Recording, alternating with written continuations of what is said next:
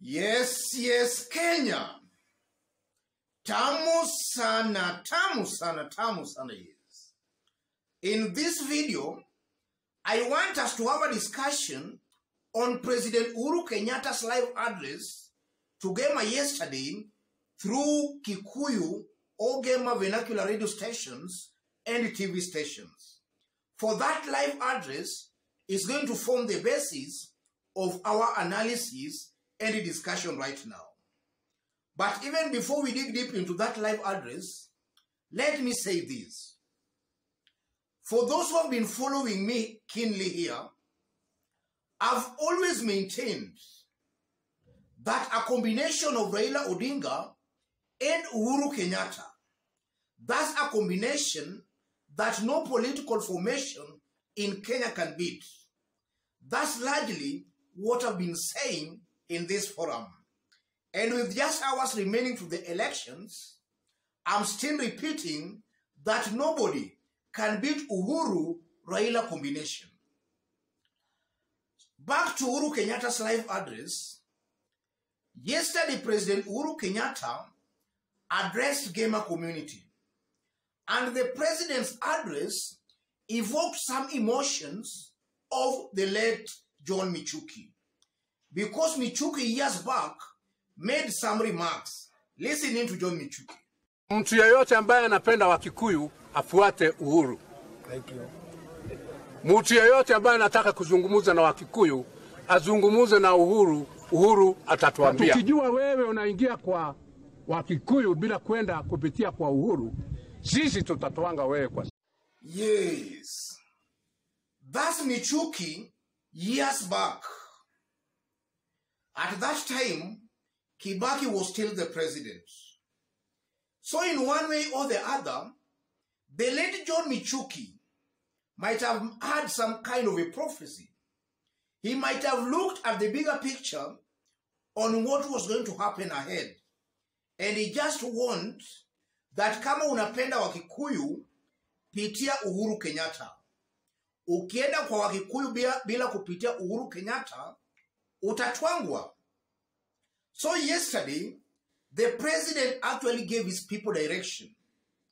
And during the president's address, which was largely in Kikuyu, there were also some very emotive moments.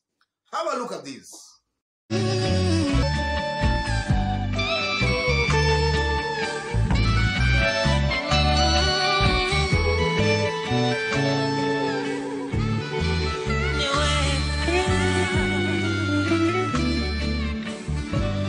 Yes, that was just some of the emotive moments of the president's address to Gema community. In this video, I want us to have a look at some political implications of that President Uhuru Kenyatta's address to the Gema nation. In case you are watching us for the very first time, subscribe, give this video a like.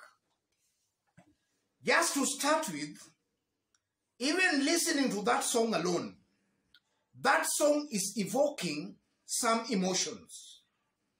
And I know the Gema community who were listening and even watching the president live, their emotions were actually raised. And because of that alone, I'm seeing they might have had a second thought on the person most likely they are going to vote for as their president. And a good majority might be persuaded into supporting the president's candidate. So I'm seeing that alone as influencing the people to cast their votes for Raila Molo Odinga. And from the president's address yesterday, the president touched on a range of issues and he warned his people to be very careful about leaders with very sweet words, but they are out to deceive them. That was seen, the president was targeting William Ruto. The president warned his people against such kind of leaders. And the president was also seen to be casting his lot with Raila Molo Odinga. And from the address yesterday, The president also brought the issue of BBI. BBI that was going to give his people 1 vote, 1 man, 1 shilling. A process that William Ruto and his team thwarted.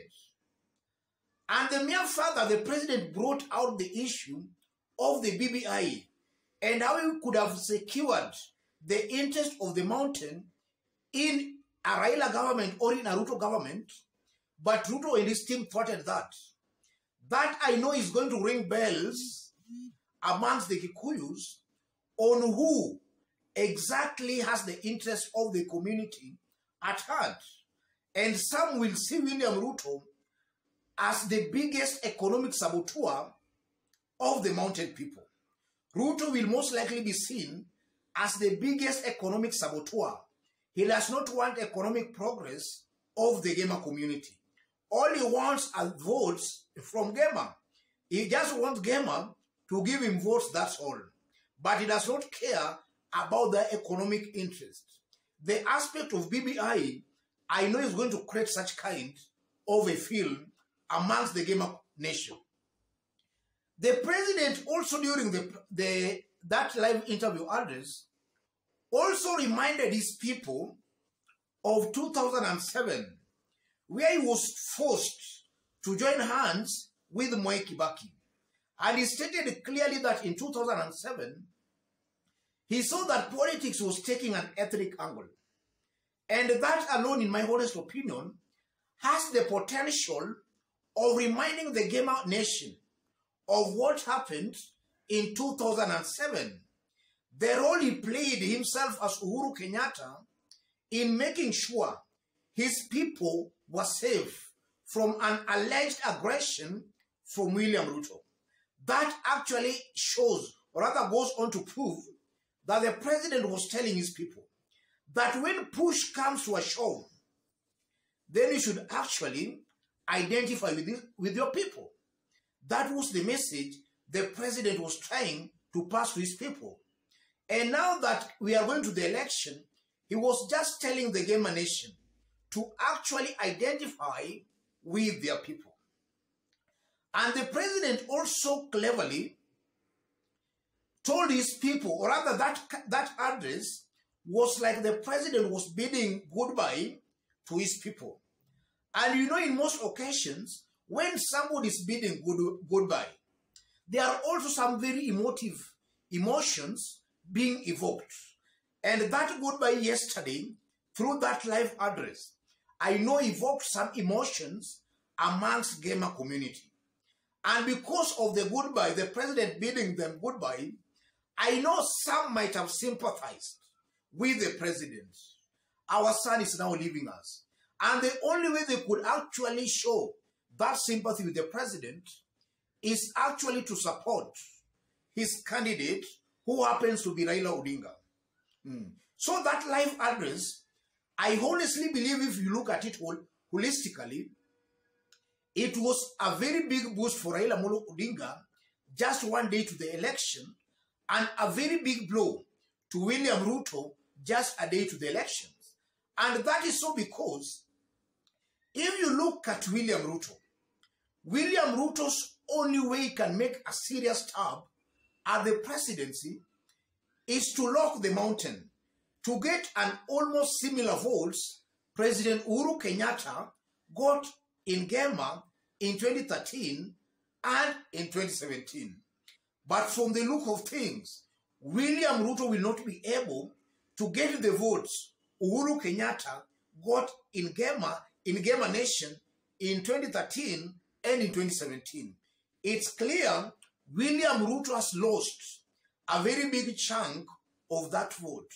And that's why I lightly maintain, and I repeat, that William Ruto winning this year's presidency, that's something impossible.